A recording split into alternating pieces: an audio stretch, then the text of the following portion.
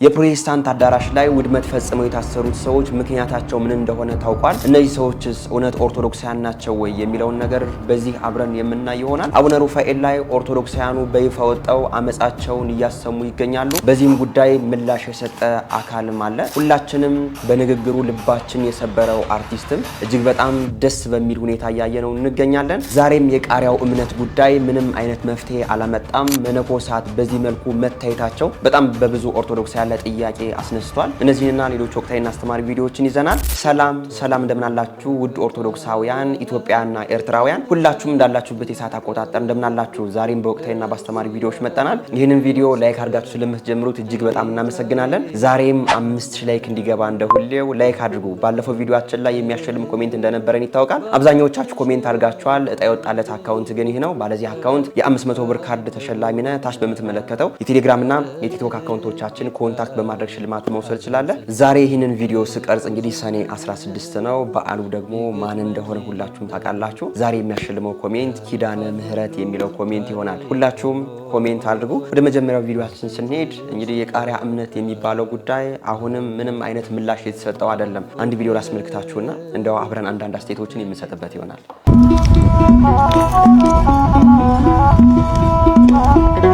ይሄ የምታዩት ቃሪያ የቲክቶክ ወይም የላይቭ ቅጣት አይደለም። የሰማዕቱ የሚናስ እምነት ነው።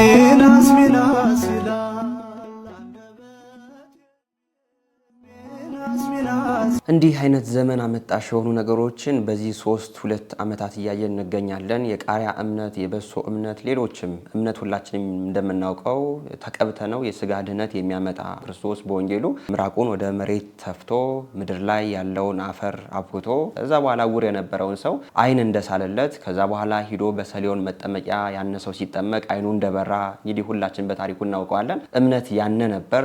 አሁን ላይ ደግሞ ከስርዓተ ቤተክርስቲያን ወጥቶ የቃሪያ እምነት የበሶ እምነት ይሉናል። እንግዲህ ሁላችንም በምንሄድበት ቅዱሳት መካናት ሁሉ በዛው የሚገኙ የተቀደሰ አፈራቸውን ምድራቸውን ከዛ ቆንጠረን ይዘን መጠን ያንን ተቀብተን ከስጋ በሽታ እንፈወሳለን። ሁለተኛ ደግሞ መስዋዕት ከሚደረገው እጣን ላይ የተቃጠለውን አመድ ወስደን ደግሞ እምነት አድርገን እንጠቀምበታለን። አሁን ላይ ግን እርሱ ተረስቶ በዚህ መልኩ የቃሪያ እምነት የበሶ እምነት ይሉናል። እነዚህ ሰዎች እንዲህ አይነት ከስርዓቱ ውጭ የሆኑ ነገሮችን የሚያመጡት ገቢ ለማግኛ ብቻ ነው፣ ሌላ አይደለም። በዚህ ጉዳይ እንደው እኔ ብዙ ከማወራ ሲያባታችን አንዴ ሰምተን እንመለስ። እንዴት ቢንቁነ ነው ግን የቃሪያ እምነት ከአባት የጓሮ የሚቆረጥ ቃሪያ ሰብስቦ እምነት ነው እያለ ሲያበላህ በባዶ ሆድ አሜን ብለህ የምትቀበል እንዴት ቢንቁነ ነው ግን እንዴ! የቃሪያ እምነት የሰናፍጭ እምነት ይሄ ንቀት እኮ ነው። ቤተክርስቲያኒቱን ማጣለል፣ ህዝቡን መናቅ፣ ምንም አያውቅም አያነብም ንቀት እኮ ነው። ይሄ ነውር እኮ ነው በጣም። ቃሪያ ከአባቴ ማሳ እኮ ነው የሚበቅለው። ሰናፍጭ፣ ማር፣ ቅቤ እነዚህ እኮ ስርዓተ ምግቦች ናቸው። ከሃይማኖት ጋር የማይገናኙ እምነት እያሉ ሲሰጡ ዳቦ እንዲህ አርገው ይከምሩና መስቀል መሃል ላይ አርገው እግዚኦ እያሉ ይዞራሉ። ደግሞ ይሄ ሁሉ ማታለያ፣ የህዝቡን ስነ ልቦና ቶርች ማድረጊያ። አስቀድሰህ የተቀደሰበትን ጸበል የታጠነበትን ማይጠንት ተቀብተህ ቤትህን አትገባም። እምነት ካለህ አትድንም። ለዛ ነው ብዙ ሰዎች 6 ወር፣ ዓመት፣ 5 ዓመት ጸበል ይቀመጣሉ አይድኑም። ጸበል ቀድተው ዘው ይመጡና ሰፈር ውስጥ ለታመመ ሰው ይሰጡታል፣ ይድናል። አባታችን እንደሰማችኋቸው ነው። በዚህ ጉዳይ ከዚህ በፊትም ቪዲዮ ሰርተን ስለነበር አሁንም ቢሆን እንዲህ አይነት ጉዳዮችም እየባሰባቸው ስለመጡ እንዲህ የምናደርግ ሰዎች ይህ ጉዳይ ከስርዓተ ቤተክርስቲያን ውጭ እንደሆነ ደጋግመን ለመናገር ነው። አባታችን ቃለ ሕይወት ያሰማልን። እስቲ ወንድማችን ዲያቆን ዘላለምን ሰምተን እንመለስ። ብንጠነቁልም ብናስተነቁልም አሁን ለምንኖራት ጊዜ እኮ ነው። መሞት አይቀርም። ሀብት ብትሰበስብ ብታግበሰብስም አሁን እኮ ነው። መሞት አይቀርም። ብትሳደብ፣ ክፉ ብትናገር፣ ልከበር ብትል፣ ሁሉንም ነገር ብታረግ አሁን እኮ ነው። ከሆነ ሰዓት በኋላ አንተነትህም ትረሳለህ፣ አፈር ውስጥ ትገባለህ። ለዛ ነው ቅዱስ ዮሐንስ አፈወርቅ ምን ይላል? ልብ ብላችሁ ስሙ። በሞታችሁበት ቅጽበት ሰው በምን ያክል ፍጥነት እንደሚረሳችሁ ብታውቁ ሰውን ሳይሆን እግዚአብሔርን እያስደሰታችሁ ትኖሩ ነበራል። አሁን የምንኖረው ማንን ለማስደሰት ነው? ለሰው አንወሻሽ። ሰው አይቶን ደስ እንዲለው፣ ሰው አይቶን እንዲኮራ፣ ሰው አይቶን ጎሽ እንዲለን ነው እንጂ እግዚአብሔርን ብለን ነው እንደኛ አኗኗራችን አይመስልማ። አፋችን ሊለው ይችላል፣ አኗኗራችን ግን አይመስለው። ለዛ ነው ይሄን ድክመታችንን ልክ እንደ አባ ጴሜን እንጸልያለን። አቤቱ ጌታ ሆይ እስኪበሉ ምላስ የሚለውን ልቤም እንዲሆነው አስለምደው። አይገርማችሁም? እንደኛ ምላስ እኮ አማኝ የለም፣ እንደኛ ምላስ ታዛዥ የለም፣ እንደኛ ምላስ እግዚአብሔር የሚል የለም። ልባችንና ሰውነታችን ግን ሌላ ያስተናገደውን ያውቀዋል። በውስጥ ጠንቅቆ ነው የሚያውቀው። ስለዚህ ክርስቶስ የተሳፈረባት ያለባት ታንኳ ማለት እኛ ነን። በቃ መሸከም የሚችለው ክርስቶስ የያዘው የተሳፈረበት ታንኳ አንድ ሰው እንደሆነ ሁሉ የኔና የናንተም ሰውነት መሸከም የሚችለው ማንም ብቻ ነው? እኛ። እግዚአብሔርን ብቻ በቃ አለቅ። ሌላ ማንንም መሸከም አይችልም። እሱን መሸከም ስችሉ ነው በነገራችን ላይ ሁሉንም መሸከም እንድችሉ የሚያስችላችሁ። የእመቤታችን አካላዊ ቃልን የጸነሰችበት ጊዜ ላይ ቅዱስ ያሬድ ያመሰገናት ምስጋና ደስ ይላችኋል። እመቤታችን ንጽሕት ድንግል ማርያም ሁሉንም የቻለችው፣ ሁሉንም የተሸከመችው፣ ሁሉንም የሚችለውን አምላክ በማህፀኗ ስላስገባችሁ እኮ እንዴት ቻልሽው ብለን የምናደንቃት አምላክን ሰሪውን ከነሰራው ስለተሸከመች ነው። ሁሉን መሸከም ትፈልጋላችሁ? ሁሉን መቻል፣ ሁሉን ማሳለፍ፣ ሁሉም በሁሉም ቦታ ላይ ክርስቲያን መሆን ትፈልጋላችሁ?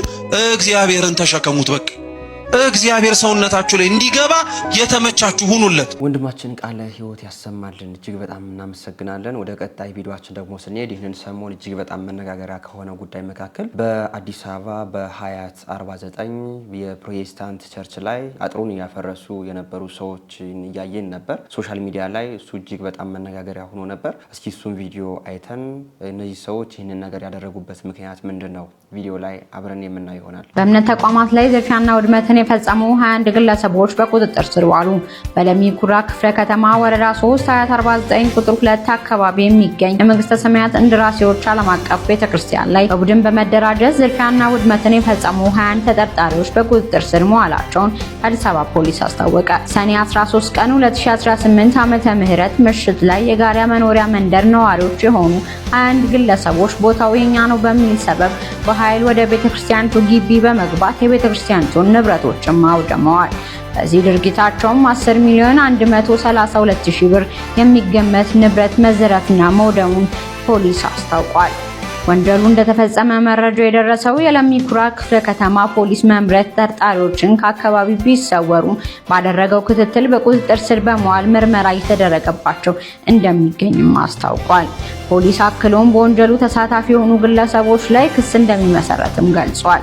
የአዲስ አበባ ፖሊስ ዋና ጠቅላይ መምሪያ መሰል ድርጊቶች የሃይማኖትን ግጭት የሚቀሰቅሱና ተግባቦትን የሚኖር ህዝብ የጥርጣሬ እንዲተያይ የሚያደርጉ በመሆናቸው ሁሉም ወገን ጥንቃቄ እንዲያደርግም አሳስቧል። እንግዲህ ይህንን ሰሞን ይህ ቪዲዮ እጅግ በጣም መነጋገሪያ ሆኖ በፌስቡክም በቲክቶክም በጣም ብዙ ሰዎች የተቀባበሉት ይገኛሉ። በዚህ ጉዳይ ደግሞ የፕሮቴስታንት አማኞች የከሰሱ ያሉት እኛን ኦርቶዶክሳውያን ነው። የኦርቶዶክስ ቤተክርስቲያን ናት በዚህ መልኩ ልጆቿን ልካ እንዲህ አይነት ጥፋት እንዲደርስ ያደረገችው የሚል ሀሳብን በድፍረት እየሰጡ ይገኛሉና በዚህ ቪዲዮ ላይ እንደሰማችሁት እነዚህ ሰዎች በዛ አካባቢ የሚኖሩ ሰዎች ናቸው። ቦታው የኛ ነው ብለው ነው ያፈረሱት እንጂ እኛ ኦርቶዶክሳውያንን ቤተክርስቲያን ልንሰራበት ነው ብለው አይደለም ያፈረሱት። ግን ደግሞ እነዚህ ሰዎች ሁሉን ነገር አምጥተው ከኦርቶዶክሳውያን ጋር ማስተካከል ስለሚፈልጉ ኦርቶዶክሳውያን ናቸው እንደዚህ ያደረጉት እያሉን ነው። ይህንን ነገር ሁላችንም ኦርቶዶክሳውያንም ቢሆን እንቃወማለን። ለምን ያነ ቦታ የነርሱም ቢሆንም በህግ አግባብ ሄደው ያነ ቦታ የኛ ነው ብለው ሊጠይቁ ይገባል እንጂ እንዲህ አይነት ውድመት እንዲህ አይነት ጥፋት ሊፈጽሙ አይገባም። ለምን ቤተክርስቲያናችን በዚህ መልኩ ሰዎች አልከ የምታስፈርስ አይደለችም፣ የሰላም ቤት ናት። አንዳንድ ሰዎች ግን እንዲህ ብለው ይናገራሉ። እስኪ አንድ ቪዲዮ ላሳያችሁ። ኦርቶዶክሳውያን ግን ምን ሆናችኋል?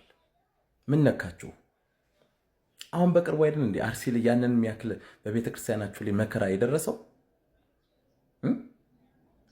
እንዴት መሀል አዲስ አበባ ላይ የኛን ቤተክርስቲያን እንደዚህ ታረጋላችሁ? ችግር የለውም እኛ እንሰራዋለን። እግዚአብሔር ይመስገን። እግዚአብሔር እንደውም ጥሩ አደረጋችሁልን። ሰው ተነስቶ ባንድ ላይ በደንብ አድርጎ ይሰራዋል። እንደውም ጥሩ አደረጋችሁ። ግን ይሄ ከእናንተ የሚጠበቅ አይደለም።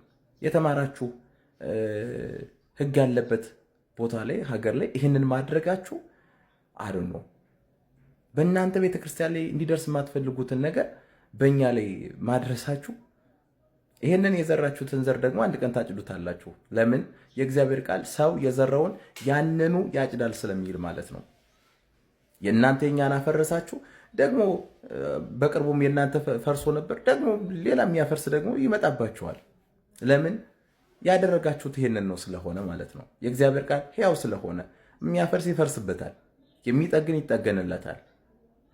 መልካም የሚያደርግ መልካም ነገር ይገጥመዋል፣ ክፉ ነገር የሚያደርግ ክፉ ነገር ይገጥመዋል። እናንተ ኦርቶዶክሳውያን ናችሁ ይህንን ውድመት የፈጸማችሁት። የላከችው ደግሞ ቤተክርስቲያን ናት። በአርሲ ኦርቶዶክሳውያን ተገደልን እያላችሁ የጮኻችሁ ወይም ደግሞ በእናንተ እንዲሆን የማትፈልጉትን ነገር እንዴት በአዲስ አበባ በእኛ ላይ እንዲትፈጽማላችሁ እያሉ ይህንን ወንጀል ወደኛ ወደ ኦርቶዶክሳውያን ያስጠጉት የሚገኘው እነዚህ ሰዎች ግን ኦርቶዶክሳውያን ስለሆን ነው፣ በዛ ቦታ ቤተክርስቲያን ልንሰራበት ነው ብለው አይደለም ያፈረሱት። ያነ ቦታ የኛ ነው፣ ያንን ቦታ ደግሞ ማንም መጥቶ ማጠር አይችልም ብለው ነው ይህንን ነገር ሲያፈርሱት ያየ ነው። ግን ደግሞ እነዚህ ሰዎች የቤተክርስቲያን ጥላቻ ስላለባቸው ሁሉንም ነገር ሁሉንም ወንጀል እያመጡ ከኛ ከኦርቶዶክስ ቤተክርስቲያን ላይ ይለጥፉታል። እስቲ ከዚህ አንጻር እነዚህ ሰዎች በድፍረት ቤተክርስቲያንን ወንጀለኛ ማድረጋቸው ልክ ነው ወይስ አይደለም? አንድ ቪዲዮ አንዴ ላሳያችሁ። አሁን ይሄም ማህፀን ልጅ ይወልዳል፣ መርገም ለልጅ ልጆቻቸው ያወርሳሉ። እነኚህም እናቶች ተብለው ይጠራሉ። በጣም ሾርት ሚሞሪ ስለሆናችሁ ነው እንጂ ከሁለት ሳምንት በፊት ነበር አርሲ ላይ ሰው ታረደ፣ ቤተክርስቲያን ነደደ እያላችሁ የነበራችሁት። ይኸው በመሃል ከተማ በአዲስ አበባ ደግሞ ቤተክርስቲያን እያወደማችሁ ነው ያላችሁት። የፕሮቴስታንት ማምለኪያ ቦታ ያፈረሱ አካላት በሕግ ሊጠየቁ ይገባል። ያንን መነሻ በማድረግ በኦርቶዶክስ ላይ የጥላቻ ንግግር የሚያደርጉም በተመሳሳይ መልኩ በሕግ ሊጠየቁ ይገባል። ሰላም ደጉሎ ነኝ። ሁላችሁም ይህን ቪዲዮ ሼር፣ ኮፒ ሊንክ፣ ሪፖስት ዱት እያደረጋችሁ በሀገራችን ከጊዜ ወደ ጊዜ እየተስፋፋ የመጣውን የደቦ ፍርድ እንድትቃወሙና ተገቢው የህግ የበላይነት እንዲረጋገጥ እንድታደርጉልኝ በማክበር እጠይቃለሁ።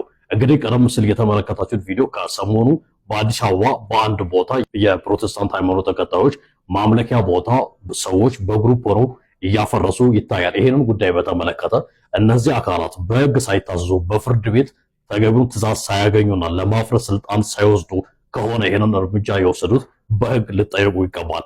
በሀገራችን የህገወጥ ቦታዎች ከሆኑ የሚፈርስባቸው የህግ አካሄዶች አሉ። በክፍለ ከተማም ህገወጥ አፍራሽ ኃይል የሚባል የተቋቋመ ያለ በወረዳ ደረጃ።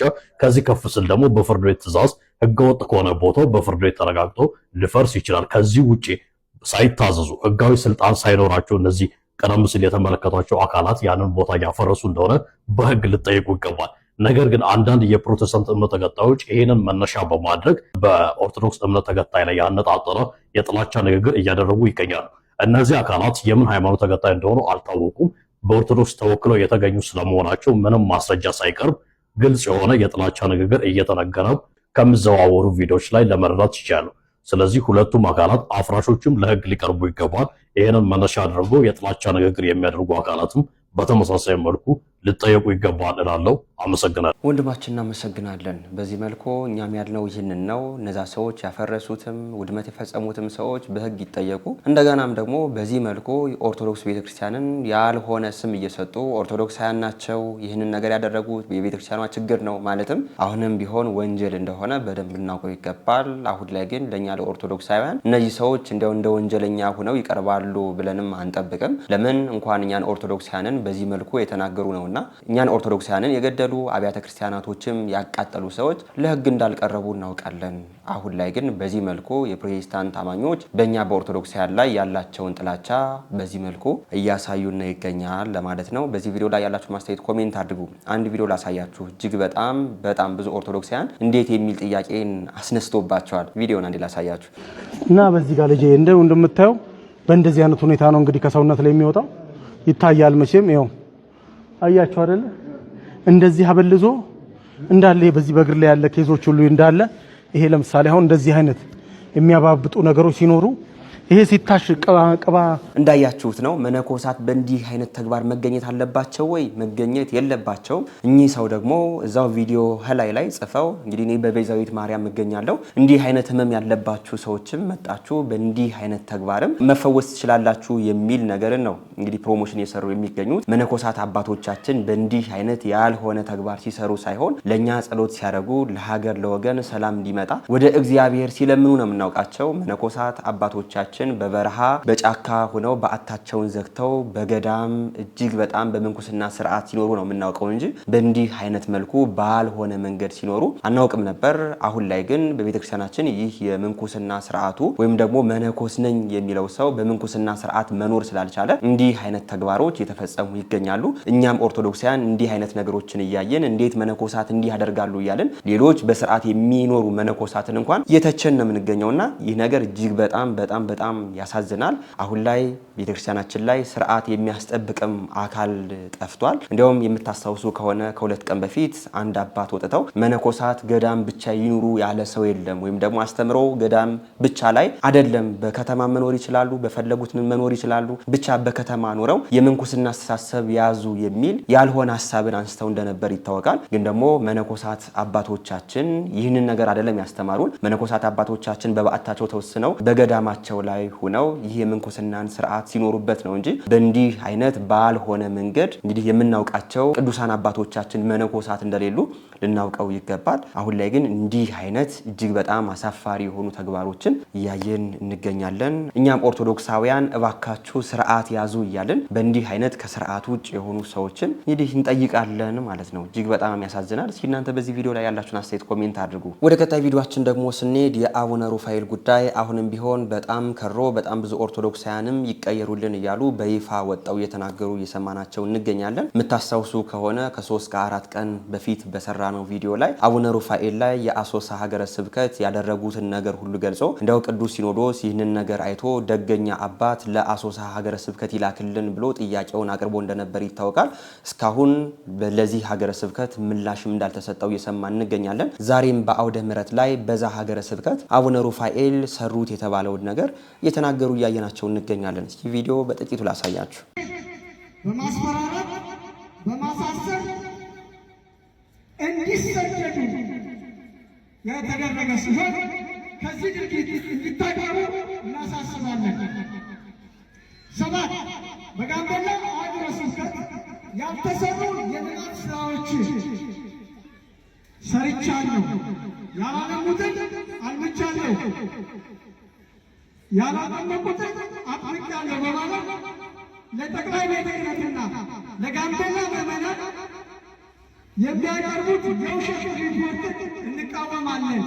እንግዲህ ይህንን ጉዳይ የሚናገሩት አባቶቻችን ማይካቸው ብዙም ስለማይሰማ እንዲያው ጠቅለል አድርጌ ልናገረው። ከዚህ በፊትም እንደተናገርነው በዛ ሀገረ ስብከት ላይ አቡነ ሩፋኤል ቀየሩልን፣ በዚህ አካባቢ ያልተሰራውን ተሰራ እያሉ ለቅዱስ ሲኖዶስ ሪፖርት ያደርጋሉ። በዚህ አካባቢ የሚገኙ ኦርቶዶክሳውያን ለምን የሚል ጥያቄን ካነሱ ደግሞ እነዛን ኦርቶዶክሳውያን ያሳዳሉ። በዛ ሀገረ ስብከትም ዘረፋዎች ተፈጽመዋል፣ ከሌሎች መናፍቃንም ጋር ግንኙነት አላቸው እያሉ ነው እነዚህ ኦርቶዶክሳውያን በይፋ ወጣው እየተናገሩ የሚገኙት። አሁንም ቢሆን እነዚህ ኦርቶዶክሳውያን ሌላ ደገኛ አባት ለሀገረ ስብከታችን ይምጣልን፣ እኚህን አባት አንፈልግም የሚል ውሳኔን ነው እያስተላለፉ የሚገኙትና እንዲያው አባቶቻችን እነዚህን ኦርቶዶክሳውያን እየተመለከቱ እንዴት ምላሽ እንዳልሰጡ እኔ ይገርመኛል። በቃ ኦርቶዶክሳዊው እኚህ አባት ስህተት አለባቸው ልክ አይደሉም ካለ አባቶቻችንም ይህንን የኦርቶዶክሳውያን ድምጽ ሰምተው ለእነርሱ መፍትሄ ማምጣት አለባቸው እንጂ በዚህ መልኩ ዝም ማለቱ ኦርቶዶክሳውያንን ማጥፋት እንደሆነ በዚሁ ልናውቀው ይገባል። እዚህም ጋር ተያይዞ አንድ በዝማሬ አገልግሎት የሚያገለግል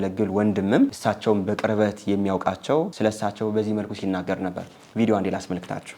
በአቡነ ሩፋኤል ላይ በሰራሁት ቪዲዮ እነዚህ የመሳሰሉ ኮመንቶችን አንብቤ ያለው አባቶችን ያቃለልኩ መስሎ ለታያችሁ ሰዎች አንድ ነገር ማለት እፈልጋለሁ። የማቴዎስ ወንጌል ምዕራፍ 18 ቁጥር 16 አካባቢ አንድም ቢበድልህ ከወንድሞች ጋር ሁለት ሰዎች ባሉበት ምን በለው ውቀሰው ተነጋገሩ ነው የሚለው አይደለ? ዝቅ ብሎ ደግሞ ቢል ለቤተክርስቲያን ተናገር። ቤተክርስቲያን የተባለው እኮ የኛ ህብረት ነው፣ ህብረታችን ነው። ስለዚህ እኔ እሳቸውን ከአንድም ሁለትም ጊዜ በላይ ይህን ሁሉ ዓመት አብሬያቸው ስቆይ እምቢ ስላሉ ሌላ ማስፈራሪያ ስለሰጡኝ ንቄ ሳይሆን አክብሬ ነው የተውኩት። ለምሳሌ ባለፈው ነግሬያቸዋለሁ፣ መጀመሪያ ቪዲዮ ላይ እዛ ያለው ነግሬያቸዋለሁ፣ እምቢ ስላሉ ነው ብያቸዋለሁ። የት ነበርክ የሚል ኮመንት አያስፈልግም፣ ቪዲዮ ሙሉ በሙሉ ብትሰሙ ነው። እሺ እንዴ ካላችሁ አንድ ልጨምርላችሁ ነው። 2014 ላይ ጋምቤላ ሀገረ ስብከት እያሉ ደግሞ ገብቼ 2-3 አገልጋዮች ባሉበት ነግሬያቸዋለሁ። ምስክሮች ከሆኑ ካልፈሩ ለእንጀራቸው ካልሰጉ እነዛ አገልጋዮች ዛሬ ይመሰክራሉ። እነሱ ሁሉም ባሉበት አባታችን ይተው ብዬ ስላቸው ለኔ መለሱልኝ። አጸፋዊ መልስ ልንገራችሁ እንግዲያውስ ማን ጥፋተኛ እንደሆነ። አንተ ማን ነህ? ከየት የመጣኸው? ባለው የትም ቦታ ሄደ እንዳታገለግል ደብዳቤ ጽፍብሃለሁ፣ ቤተክርስቲያን ልዘርፍ ነው ልትለው የመጣኸው ነው ያሉኝ። እሺ ብፁዕ አባታችን ይባርኩኝ ብዬ ቡራኬ ተቀብዬ የወጣሁት። እንዴት ነው እናንተ እውነት የምትፈልጉት? በእድሜ ከሸመገለ ሰው ነው? ወጣቱ ጋር እውነት የለም፣ እኔ ጋር እውነት የለም። እሺ አንደኛ ጢሞቴዎስ ምዕራፍ 4 ቁጥር 8 አካባቢ ላይ ምንድን ነው የሚለው? እንደው የሚለው በጽድቅና በእውነት በፍቅርና በምን በቃ ብቻ ለሚያምኑት ምሳሌ ይሁን እንጂ ማንም ታናሽነትን አይናቀው ይላል። ስለዚህ እኔ ታናሽ ብሆን ትህትና በተሞላ መንገድ ይኸው በመታዩት መንገድ ባለፈው በሰራሁት ቪዲዮ መንገድ አክብሬ የታላቅን ስህተት እንዲያርሙ መናገር ነውር አይደለም፣ መጽሐፍ ቅዱሳዊ ነው ለማለት ፈልጌ ነው። የወንድማችን ዘማሪ ነው፣ በዝማሬ አገልግሎት ያገለግላል። ከአቡነ ሩፋኤልም ጋር ጥብቅ የነበር ግንኙነት ነበረው። ግን የሚሰሩት ስራ ልክ ሳይሆን ሲቀር ልክ አይደሉም ሲላቸው አይ እንዲህ አደርግሃለሁ ብለው የተናገሩትን ነገር ነው እየተናገረ የሚገኘውና እጅግ በጣም ያሳዝናል። አቡነ ሩፋኤል በዛ ሀገረ ስብከት ላይ በጣም ብዙ ወንጀሎችን እንደሰሩ ራሳቸው በደብዳቤያቸውም ላይ አውደ ምሕረትም ላይ ቆመው በዝርዝር ሲናገሩት ነበር። እስካሁን አባቶቻችን ምንም ምላሽም አልሰጧቸውም። እባካችሁ አባቶቻችን በዛ ለሚገኙ ኦርቶዶክሳውያን መፍትሄ ስጧቸው፣ እውነተኛ ኦርቶዶክሳዊ አባት መድቡላቸው ብለን እኛም በዚሁ መልእክታችን እናስተላልፋለን። ከ2-3 ሳምንት በፊት በእሳቸው ምክንያት የወርቅ ጽላት በዛ አካባቢ እንደተዘረፈ እንግዲህ ተሰምቶ ነበር። በዛም ጉዳይ አባቶቻችን ምንም አላሉም። ኦርቶዶክሳውያኑ ግን እንዴት እያሉ ጥያቄያቸውን እያነሱ ይገኛሉ። ያላችሁን አስተያየት ኮሜንት አድርጉ። እንቀጥላለን ቪዲዮአችንን። ኦርቶዶክስ ምንም አለኝ አትበጠስ የሚለው አያስሄድም፣ ጠፍታለች ሌሎች ሀገር ላይ። ታዲያ ከኤፌሶን ቤት ኢትዮጵያ ያስፈልጣልሽ። ወንጌል የተጻፈበት ዮሐንስ ወንጌላዊ ያረገበት ቦታ፣ ስንት መናፍቅ የተወገዘበት፣ ንስጥሮስ የተወገዘበት ቦታ ኤፌሶን፣ መቅዶኒዎስ የተወገዘበት ቦታ ቁስጥንጥንያ፣ ዛሬ ለታሪክ እንኳ አንድ ቤተክርስቲያን። ስለዚህ ይጠፋል። የሞይ ንግግር ይዞን ተጣምደን የምናጣው ነገር እንዳለ እኒህ ሀገሮች አስተማሪዎች ናቸው። ኤፌሶን ከጠፋች፣ ቁስጥንጥንያ ከጠፋች፣ አንጾኪያ ከጠፋች፣ ኪልቅያ ከጠፋች፣ ጠርሴስ ከጠፋች፣ ቀጰዶቅያ ከጠፋች፣ እኒህ ሁሉ የእነ ቅዱስ ጊዮርጊስ ሀገሮች እኮ ናቸው። ቅዱስ ጳውሎስ ያስተማረበት ቦታ እኮ ነው። ይህ ከጠፋ የኢትዮጵያ ቤተክርስቲያን አጠፋም ማለት ምን ማለት ነው? ሶሪያ ዛሬ ቅዱስ ኤፍሬም ያሁላ ድርሰት የደረሰበት ዛሬ እንዳለች አንቆጥራት ነው የለች። ስለዚህ ትጠፋለች የሚለውን አስበን እንዳጠፋ መስራት አለብን። እማጠፋ ከሰራን፣ እማጠፋ ከነቃን፣ አይተዋትም ተብሎ በመዘመር እምትቀጥል አትሆን። አይተዋትም በማለት ብቻ አትቀጥልም። እንዳይተዋት የእኛን ድርሻ ስንወጣ አባታችን እናመሰግናለን። ኦርቶዶክስ አጠፋም ቤተክርስቲያን አጠፋም እያለን ሁላችንም እንናገራለን። እውነት ነው። ክርስቶስ በደሙ የመሰረታት የገሃነም ደጆች የማይችሏት ሰማያዊቷ ቤተክርስቲያን አጠፋም። ግን እኛ በምድር ላይ እያለን የምንገለገልባት ቤተክርስቲያንና ኦርቶዶክሳውያን ግን በዚህ መልኩ እየጠፉ እያየናቸው እንገኛለን። ድሮ የክርስትና ማዕከል ናቸው ብለን ስንጠቅሳቸው የነበሩ ሀገራት አሁን ላይ ከክርስትና ማዕከልነት ወጣው ክርስትና የሚለው ነገር እንኳን ታሪክ ሆኖ እየተነገረ እያየነው እንገኛለን። ዛሬም በሀገራችን በምን መልኩ ቤተክርስቲያን እየጠፋች ኦርቶዶክሳውያን እየተሳደዱ ኦርቶዶክሳውያን እየተገደሉ እንዳሉ እያየን እንገኛለንና ሁላችንም ኦርቶዶክሳውያን ኦርቶዶክስ አጠፋም ቤተክርስቲያን እንደዚህ ናት የሚለውን አስተሳሰባችን በደንብ ልንቀይረው ይገባል። አባታችን እጅግ በጣም እናመሰግናለን። ወደ ቀጣይ ቪዲዮአችን ደግሞ ስንሄድ የፕሮቴስታንት ነብይ ነኝ እያለ ነው የተናገረው ነገር ይህንን ሰሞን እጅግ በጣም መነጋገሪያ ሆኗል። ቪዲዮን አንዴ ላስመልክታችሁ። እኮ ምንድነው ክንፍ ተገጥሞልህ ነው የምትበረው? ወስዶ ብቻ ካናዳ ይከታል። ካናዳ ላይ ገብተህ አጋን ተስጣለ። መንፈሴም ግን በርሬ ብዙ ጊዜ ሄዳለሁ። በረት ሄዳለህ? ለምሳሌ ከዚህ ካናዳ ገብቼ አውቃለሁ። ካናዳ ገብተሃል? ቤተልሔም ገብቼ አውቃለሁ። የት? ቤተልሔም። ቤተልሔም ምንድን ነው ደግሞ? ወደዛ ወደ አውሬ ያለበት ምድር ነው ቤተልሔም የሚባል። አውሬዎች ብቻ የሚኖሩበት? አይ በጣም አጋንንት ያለበት ሰው የምታረድበት ቦታ ነው። እሺ። ጸልዬ ወጥቼ አውቃለሁ። ቻይና ገብቼ አውቃለሁ። እሺ። ግብጽ ገብቼ አውቃለሁ። ግን ይሄ ቤተልሔም የት ነው? ስለዚህ በረት ሄዳለህ፣ ጸልዬ ትመለሳለህ። በጣም የት? ካናዳ? 1 2 3 አሁን የጠሯቸው ሀገር ብቻ አይደለም። እግዚአብሔር በፈቀደ ሰዓት መናፍስትን መቅጣት ስፈልግ ይጠቀመኛል። ስለዚህ በረት ሄዳለሁ፣ በሬ ሄዳለሁ። በጣም የተጨነቀ ነፍስ ሲኖር እኮ የት ብታስታውሳቸው? ካናዳ ሄዳል፣ ካናዳ፣ ቤተልሔም፣ አሜሪካ ሄድክም? እሺ። ቤተልሔም ሄዳል፣ ቻይና ሄዳል፣ ግብጽ። እነዚህ ሀገር ይቻላል። በምን ያህል ጊዜ ውስጥ ነው ሄድከው? አገልግሎት ከጀመርክ ነው? እንዴት ነው? አንዳንድ ጊዜ በ3 ወር አመት ከምናምን አልፎ በጣም በኃይል የተጨነቀ ነፍስ ሲኖር ነፃው። እጅግ በጣም ያሳዝናል። እኔ እንዲህ አይነት ሰዎችን ሳይ እጅግ በጣም አዝናለሁ። ለምን እነርሱ ፈልገውት ሳይሆን አጋንንት ነው በዚህ መልኩ የተጫወተባቸው የሚገኘው። እውነት እነዚህ ሰዎች ከንፈው በረው ካናዳ ሄደው ግብጽ ሄደው እንደዚህ ሄደው አይደለም። አጋንንት በእነርሱ ላይ አድረው እጅግ በጣም እነርሱ የሄዱ እየመሰላቸው በጣም መጫወቻ እንዳደረጓቸው ግን በዚሁ እያየን እንገኛለን። አብዛኛውን በፕሮቴስታንቱ ቤት ያለ ነብይ ነኝ ያለ ሰው ፓስተር ነኝ ያለ ሰው በሌሎች አፍሪካ ሀገራት እያስጠነቆለ አጋንንትን እየተዋረ እየፈራረሰ እንደሚመጣ በጣም በብዙ ማስረጃዎችም ራሳቸው እንግዲህ በፕሮቴስታንቱ ቤት ያሉ ሰዎች እንኳን በይፋ ወጣው ሲናገሩ የሰማነው ነገር ነው። እግዚአብሔር ለእንዲህ አይነት ሰዎች ልቦና ይስጥ ከማለት ውጭ ምንም የምንለው ነገር የለንም። በዚህ መልኩ ግን የአጋንንት መጫወቻ እንደሆኑ ራሳቸው በሚዲያ ወጣው የመሰከሩ እያየናቸው እንገኛለን። በዚህ ቪዲዮ ላይ እስኪ እናንተም ያላችሁን አስተያየት ኮሜንት አድርጉ። ወደ ቀጣይ ቪዲዮአችን ደግሞ ስንሄድ ከ2 ሳምንት በፊት ሰይፉ ሾው ላይ ሁላችንም የምንወደው አርቲስት ዳኒ ጢሞ ቀርቦ እጅግ በጣም ልብ ሰባሪ የሆነ ንግግር እንዳደረገ ሁላችሁም ታስታውሳላችሁ። እስኪ ያንን ንግግር ላስታውሳችሁና አሁን ያለበት ሁኔታስ ምንድነው የሚለውን ነገር በቪዲዮ የማሳያችሁ ይሆናል። ቪዲዮውን አንዴ ላሳያችሁ። ለምንድን ነው ከፊልምና ቲያትር ሙያ በቃኝ ብለህ እስከ ማቆም የደረስከው? ራበኛ ድረስ ይርባል ችግር ነው ማለት ነው። ሲራ እንትን አይልም። አንተ እንደምትኖረው እንደምታውቀውና አንተ የምትኖረውና እዚህ ጋር የሚከፈለው የኛ ስራ አንድ ጊዜ የሆነ ሰዓት ላይ ይመጣና ከዛ የሆነ ወራቶች ይጠፋል።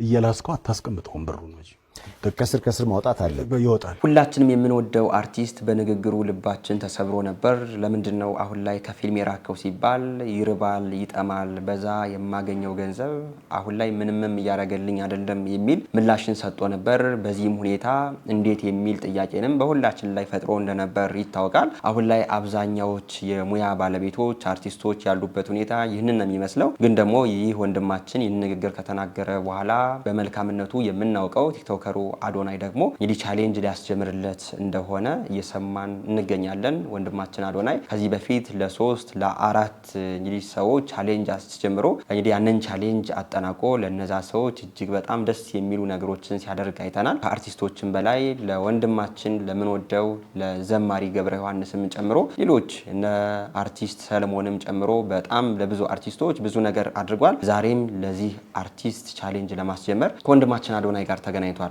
እስኪ ቪዲዮአቸውን አንዴ ላስመልክታችሁ። በትላንትና ታሪክ ማንም አይመዘን። ትላንትና ቢመረመር ሁሉም ሰው የየራሱ ጉድፍ አለ።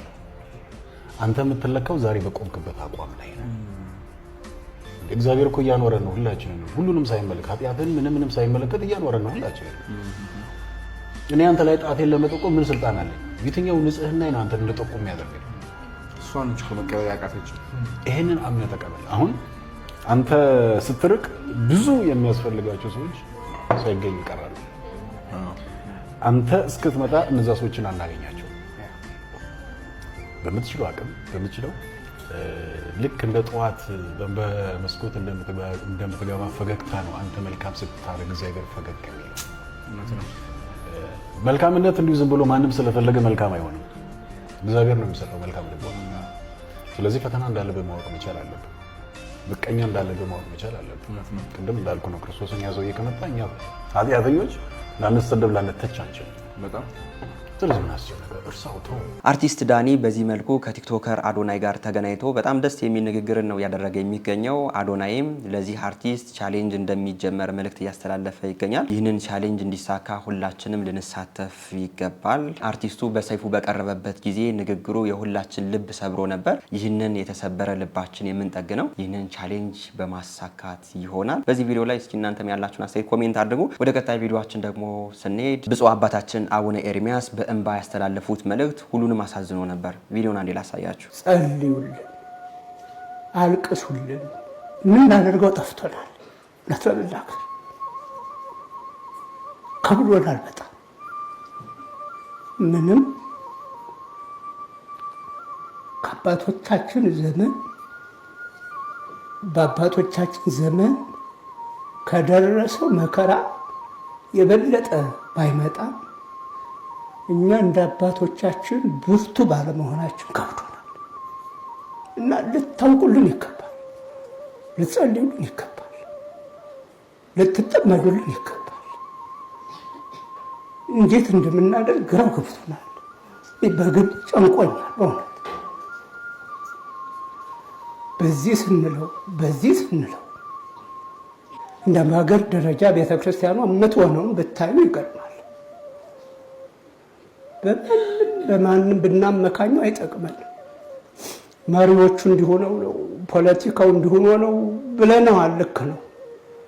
ግን የሁሉ የሆነው እኛ ጥሩ ብንሆን ነው። የኛ ኃጢአት እኮ ነው የሚያስደበድበን። እየፈረሰች ነው ቤተ ክርስቲያን። የሚያልቁት የሚጎዱት ምዕመናን በጣም ብዙ ናቸው እና በዚህ ጊዜ አባቶቻችን፣ በዚህ ጊዜ እናቶቻችን በልብ በሰቂለ ህሊና ሆናችሁ ጸልዩልን፣ አልቅሱልን። ይህ ምን ያህል እንደሚያበረታ እናምናለን። ብፁዕ አባታችን አቡነ ኤርሚያስ መነኮሳት አባቶች፣ መነኮሳት እናቶች በተሰበሰቡበት አሁን ላይ የቤተክርስቲያን ፈተና በዝቷል፣ እኛም ሊቃነ ጳጳሳት ምንም ማድረግ አልቻልንም፣ እባካችሁ ጸልዩልን የሚል መልእክትን ያስተላለፉ ይገኛል። ይህ ንግግራቸው ይህንን ሰሞን መነጋገሪያ ሆኖ ነበር። እንግዲህ አባታችን በረከት በሁላችን ላይ ይደርብን። አሁን ላይ ያለውን የቤተክርስቲያን ፈተና ሁላችንም እናውቃለን። እንግዲህ በዚህ ሁኔታ ነው አባቶች ምንም ማድረግ የማንችልበት ደረጃ ደርሰናል የሚል መልእክትን ያስተላለፉ የሚገኙትና በዚህም ጉዳይ እናንተም ያላችሁን አስተያየት ኮሜንት አድርጉ። አባታችን ግን ያስተላለፉት መልእክት ይህ ነው። አንዱ ዝንጀሮ መጥቶ አንዲቱን ማይደው በጥፊ ብሎ የያዘችውን ቀምቶ በላ። አይ እንግዲህ የዱሩን ፈቅጃለሁ፣ ልጆች እንዲምትበጠብጡ ከሆነስ እኔ ወንጌል በማስተምርለት በጌታ በኢየሱስ ክርስቶስ ስም አፋችሁ የታሰረ ይሁን አሏቸው። ዝንጀሮቹ በሙሉ ታሰሩ። አቡነ ተክለ ሃይማኖት ሊያርፉ ሲሉ ልጆቻቸውን መክረው በሉ በርቱ፣ ወይን አጠጡ፣ ስጋ አትብሉ፣ ትሁት ሁኑ፣ 3 ወጥመድ እንዳያጠምዳችሁ ተጠንቀቁ፣ ትቢት እንዲህ ያለውን ሁሉ መከሩና ሲጨርሱ ሊሰናበቱ ሲሉ አንድ እማሆይ መጥተው አባታችን ያሰሩትን ሁሉ ይፍቱ። እሺ ይፈታ ሲሉ ማን አብሮ ተፈታ? ዝንጀሮ ሁላ ማለት ነው። አፍ አይደል ሁሉ ችግር የሚያመጣው? ዝም ቢሉ ስማ ወይ እኔን ይፍቱኝ ቢሉ ወይ ይፍቱኝ ነው የሚባለው። ወይ እንዲሁ ከኃጢአታችን ማሰሪያ ደቀ መዛሙርቶትን ይፍቱ ቢሉስ ያሰሩትን ሁሉ ይፍቱ ብለው ዝንጀሮን ሁሉ አስፈትተውት ቀሩ። እና አንዳንዱ ጸሎታችን ሁሉ የማይረባ ይሆናል። እንዲሁ እግዚአብሔር ወይ እንዲሁ ደርሰን ጥግብ አድርጎን እንዲሁ እግሬን ስበረው እንዲሁ በቃ እንዲሁ አይኔን እንዲሁ አጥፋው ይሄን ከማይ እንዲሁ በሽታ ስጠኝ እባክህ። ታው ጎበዝ እማችለውን አንለምን። እንዲሁ ቅዱሳን እነ ቅዱስ ኤፍሬም እነው ጌታዬ በሽታ ሳሰጠኝ ዓመት ሞላ ቢሉ ያምርባቸዋል።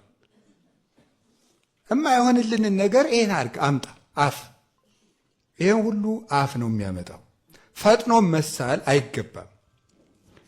ፈጥኖ መሳል ሶበተ ሐውር ውስተ ቤተ እግዚአብሔር እትጎጉ በአፉከ፣ ወደ እግዚአብሔር ቤት በሄድክ ጊዜ በአፍህ አትቸኩል ይላል መጽሐፈ መክብብ ምዕራፍ 5 ቁጥር 1 ላይ። ወደ እግዚአብሔር ቤት በሄድክ ጊዜ በአፍህ አትቸኩል፣ ፈጥነህም አትሳል። እግዚአብሔር በሰማይ አንተም በምድር ነህና ፈጥነህ አትሳል። ካፍህ የወጣውን ስለት እግዚአብሔር ተግቶ ይፈልገዋል። በእግዚአብሔር መላእክት ላይ ኃጢአት አለባቸው አትበል ይላል። ቤተ ክርስቲያን ውስጥ ሄዶም ተረጋግቶ መቀመጥ እንጂ እንዲህ ነው እንዲያ ነው እንደዚህ ነው እንደዚህ አይባልም። አላ ቅረብ ለሰሚያ ትምህርቶሙ ለጠቢባን። ወደ እግዚአብሔር ቤት ስትሄድ እግረ ልቡናህን ጠብቀህ የመምህራንን ቃል ለመስማት ተዘጋጅተህ ተቀመጥ እንጂ አፍህ አይቸኩል፣ ለመናገር አትቸኩል። በፍትህ መንፈሳዊ አባቶቻችን እስመ የኮነት ቤተ ክርስቲያን መካነ ነገር አላ መካነ ጸሎት ይእቲ፣ የእግዚአብሔር ቤት የጸሎት ቤት እንጂ የነገር ቤት አይደለችም ይላል። ስለዚህ ቤተ ክርስቲያን ሲኬድ ራስን ገዝቶ ፈርቶ ነው የሚቀመጡት ማለት ነው። ልብን ሁሉ ነው ዕቀብ እገሪከ፣ እግረ ልቡናንም ጠብቅ አታባክን። እግረ ልቡናን አለመጠበቅ ጭምር ያስፈርዳል። እና ቤተ ክርስቲያን እንዶ ሰው ሲያወጋ፣ ሲተች፣ ሲንጫጫ፣ ምን ሲል ሲጎሸምጥ፣ በልብ እንዲያ ሲል ይውላል። ይህ ሁሉ ተገቢያ፣ ይህ ሁሉ የንግግር ዕዳ ነው። መምህራችን ቃለ ሕይወት ያሰማልን። እጅግ በጣም ደስ የሚል ትምህርትና ያስተማሩን የዛሬ ቪዲዮዎቻችን እነዚህን ይመስሉ ነበር። ወቅታዊና አስተማሪ እንደነበሩ አልጠራጠርም። በንግግሬ ግን ያጠፋሁት ነገር ካለኝ ትንሽ ወንድማችሁ ነኝ፣ ኮሜንት አድርጉ፣ ለማስተካከል ዝግጁ ነኝ። በዚህ ወቅታዊና አስተማሪ ቻናልም ድርጅቶቻችሁን ማስተዋወቅ የምትፈልጉ ሰዎች ታች በምትመለከቱ ስልክ ቁጥር ኮንታክት ልታደርጉ ትችላላችሁ። ይህ ቪዲዮ እንደ ሁሌው 5000 ላይ እንዲገባ በደንብ ላይክ አድርጉት። ይህንን ሰሞን ቪዲዮአችን በደንብ ወደ እናንተ እየደረሰ አይደለም፣ ሼር አድርጉት። ለቻናሉ አዲስ የሆናችሁ ሰዎች እኔ ተመስገን ነኝ። ቻናሉን ሰብስክራይብ በማድረግ ቤተሰብ ሁኑ። በሌሎች ወቅታዊና አስተማሪ ቪዲዮዎች እስከምንገናኝ እኔንም እናንተንም ቸር ያቆየን። ሁሉበታል ብል ሰትን